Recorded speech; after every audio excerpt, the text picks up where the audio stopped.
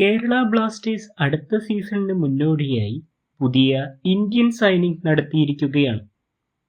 കഴിഞ്ഞ സീസണിൽ ഒഡീഷ എഫ്സിക്ക് വേണ്ടി കളിച്ച അമേ റണവാഡയെയാണ് ബ്ലാസ്റ്റേഴ്സ് സൈൻ ചെയ്തിരിക്കുന്നത്. അതോടൊപ്പം തന്നെ താരത്തിന് ബ്ലാസ്റ്റേഴ്സ് 2030 വരെയാണ് കോൺട്രാക്ട് നൽകിയിരിക്കുന്നത്.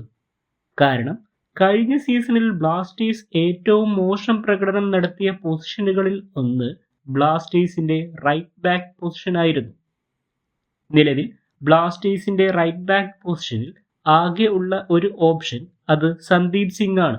എന്നാൽ കഴിഞ്ഞ സീസണിൽ താരത്തിന്റെ മോശം പ്രകടനം ബ്ലാസ്റ്റേഴ്സിന്റെ ഓരോ മത്സരങ്ങളിലും വലിയ ഇമ്പാക്റ്റ് ആണ് ഉണ്ടാക്കിയിരുന്നത്.